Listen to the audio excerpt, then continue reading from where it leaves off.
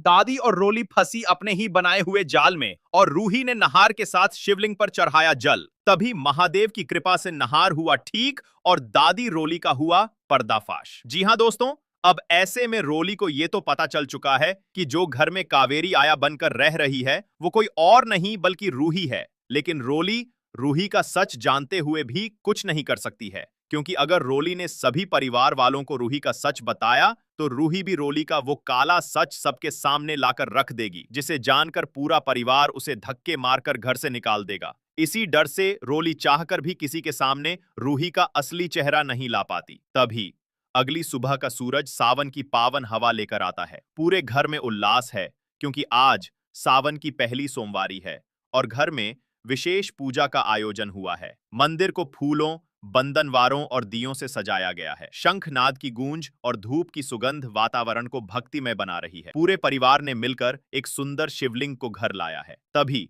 एक एक करके सभी सदस्य शिवलिंग पर जल चढ़ाते हैं। दादी पूरे उत्साह से सबका मार्गदर्शन करती हैं और फिर आवाज लगाती हैं, रोली तुम नहार के साथ जल चढ़ाओ।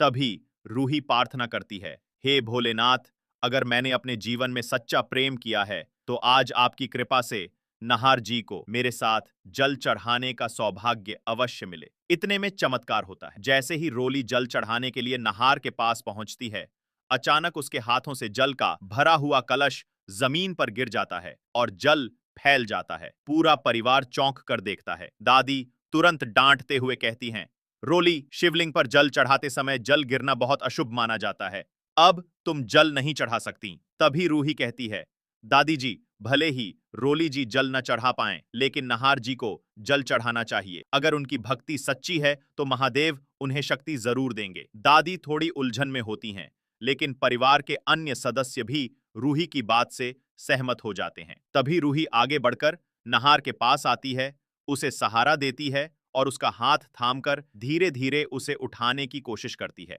पूरा घर सांस रोककर यह दृश्य देख रहा होता है। रूही पूरे विश्वास के साथ नहार को सहारा देकर खड़ा करती है और महादेव से प्रार्थना करती है, हे भोलेनाथ, अगर मेरी तपस्या सच्ची है, अगर मेरा प्रेम निष्कलंक है, तो आज मेरे नहार जी को आप शक्ति दीजिए, उन्हें उनके पैरों पर खड़ा कीजिए। रूही की आंखों से आंसू बह रहे होते हैं और तभी एक चमत्कार घटित होता है।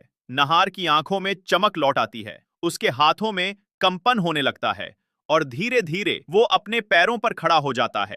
पूरा घर आश्चर्य में पड़ जाता है। दादी की आंखों में आंसू आ जाते हैं और वो बोल उठती हैं, महादेव, आज तुमने साक्षात दर्शन दे दिए।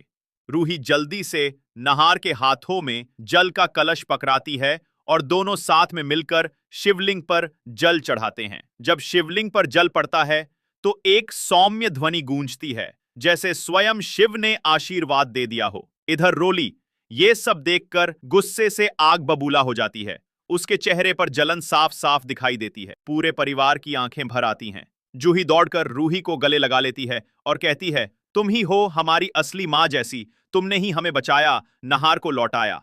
दादी भी चुपचाप सब कुछ समझ चुकी होती हैं, लेकिन वो अंदर ही अंदर शर्मिंदगी और पछतावे से टूटने लगती हैं। कुछ देर बाद सभी मिलकर आरती करते हैं और सावन की पूजा पूरी होती है। पूरे घर में खुशियां लौट आती हैं, लेकिन एक कोना ऐसा भी है जहां रोली गुस्से और डर से कांप रही होती है। उसे लगने लगता है कि अब उसका सच ज्यादा देर छिप नहीं पाएगा, क्योंकि जिस रूही को वो आया समझकर छोटा मान रही थी, वही अब पूरे घर की प्यारी बन चुकी है।